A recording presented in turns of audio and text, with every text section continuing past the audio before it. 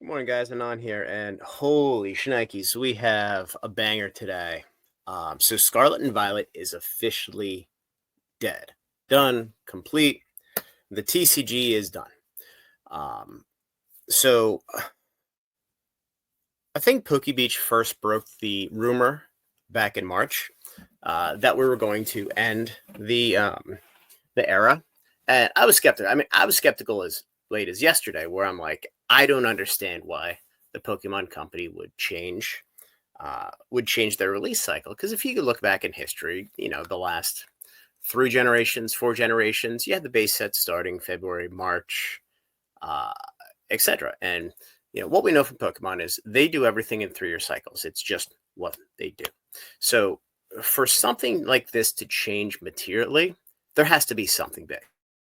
And I figured it out. So um, the Pokemon Company looked at what the impact is of Pokemon Go, and they saw that the massive boom that it brought. They looked at Pokemon Pocket, and they realized what it did to Scarlet Violet. Now, how much impact was on that versus coming out of a bear market doesn't really matter. And I think they realized that they have missed a massive opportunity in the past. And I'll give you an idea.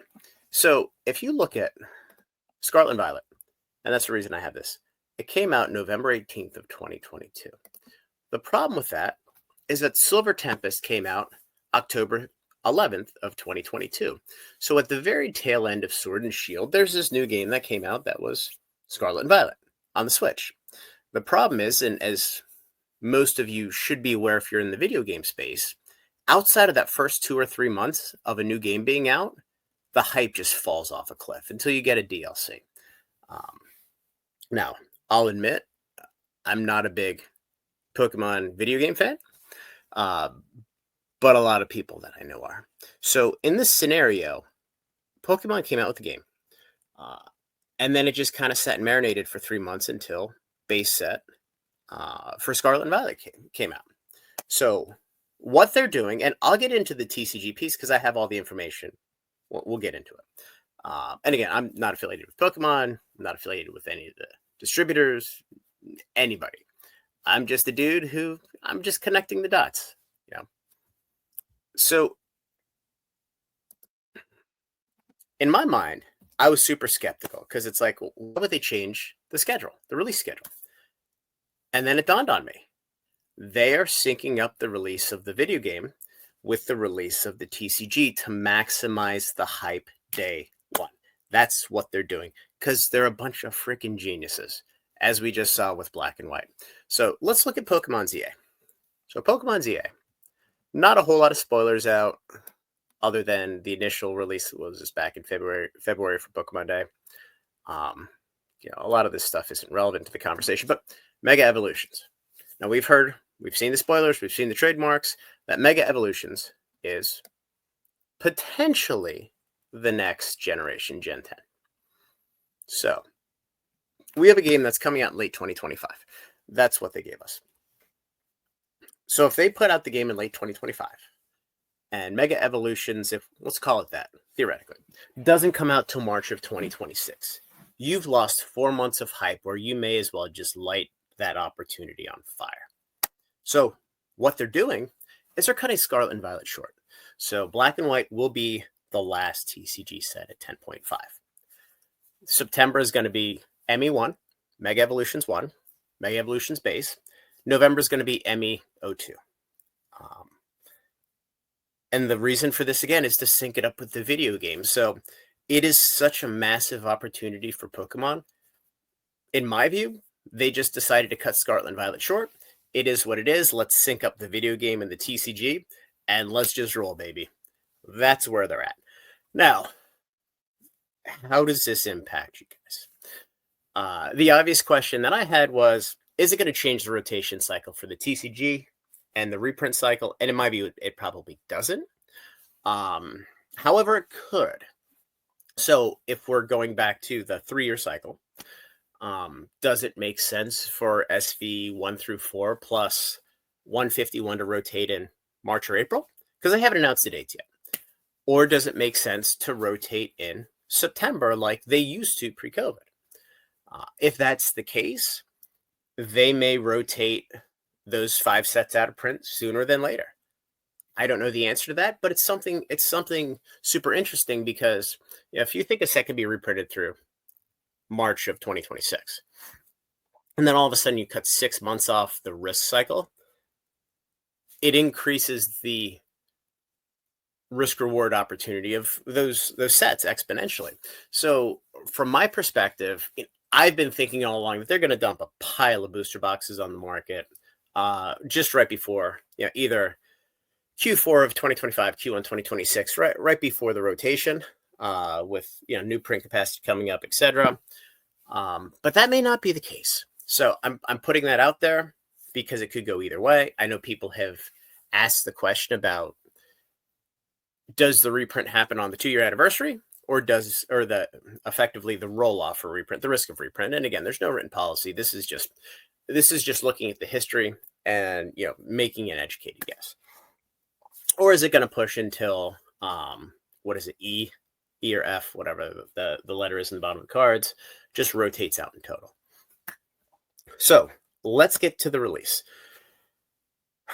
Mega Evolutions base. First of all, outside of the game, you want to get that base set out of the way. Now, I think it's going to be an absolute banger. They figured it all out. They've put it together. They're humming like a finely tuned machine.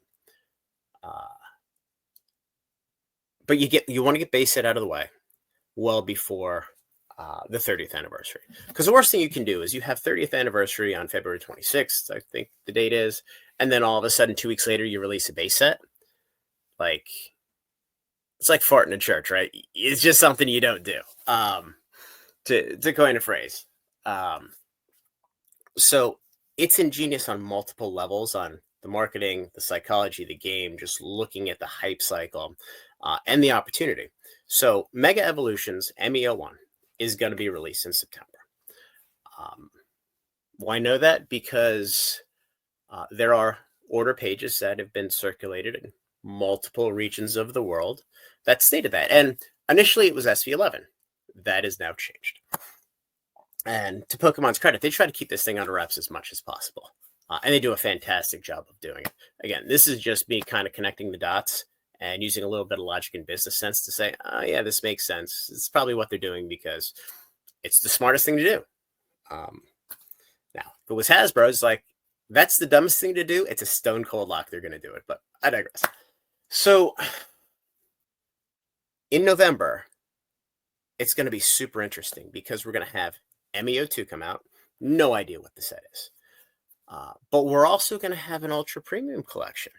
And I don't know what it is, but the UPC I'm theorizing is going to be Prismatic Evolution. So you have the super premium collection coming out now, and then you have an ultra premium collection coming out in November. And if you guys remember, I think the Terapagos one came out in October of last year. It may have been November, somewhere around there, which is at $150 now, by the way. People hated that for about 3 seconds, and then all of a sudden it's like, it's the only way I can get packs. We also have a statue collection coming out in November. So we have the Mew statue coming out for Prismatic Evolutions in August, September, something like that. But there's another one coming out in November, which, again, I don't think is Prismatic.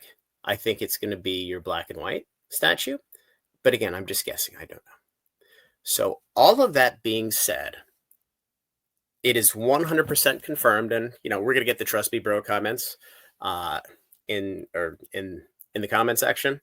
No different than the reprint information that I brought 10 days before, and everybody's like, you're an idiot. Scarlet and Violet is done. SV 10.5 is done. They're going to ME01, which is ME base, to coincide with the release of the Switch game. I didn't actually look to see if it also coincides with the release of Switch 2, but quite honestly, I don't care. And they're going to maximize their profit. So as you're thinking about the future, you can now be relatively certain, I should say, that SV 1 through 4 may not get reprinted.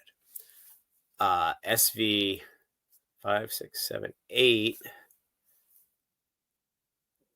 I don't know how they're going to do it because you have 9 and 10 that fall in 2025. But if that's the case, then all of a sudden you're tightening the reprint window on this, and you're moving it to September. So, I mean, is Surging Sparks really going to rotate out next September? If that's the case, I mean, that thing's $1,000 box by like 2028. Destined Rivals, who knows? But there's still $300 of value in the box. So, yeah, you guys can post whatever comments you want. The value is going to be in the box, whatever you pay for. Anyway, guys, a little bit of spoiler video here, but this is information that is 100% confirmed. So anyway, guys, subscribe to the channel, like the video, join the Discord. We have a bunch of sales coming up. For those of you who don't know, we have $3.99 a month. You get the restock notifications, but you also get to participate in sales. We have Destined Rivals bundle coming out today. For all the folks that have been subscribed, we have Final Fantasy bundle coming out. We'll have black and white bundles coming out, and all kinds of fun stuff. So anyway, guys, have a good one. Enjoy your Friday.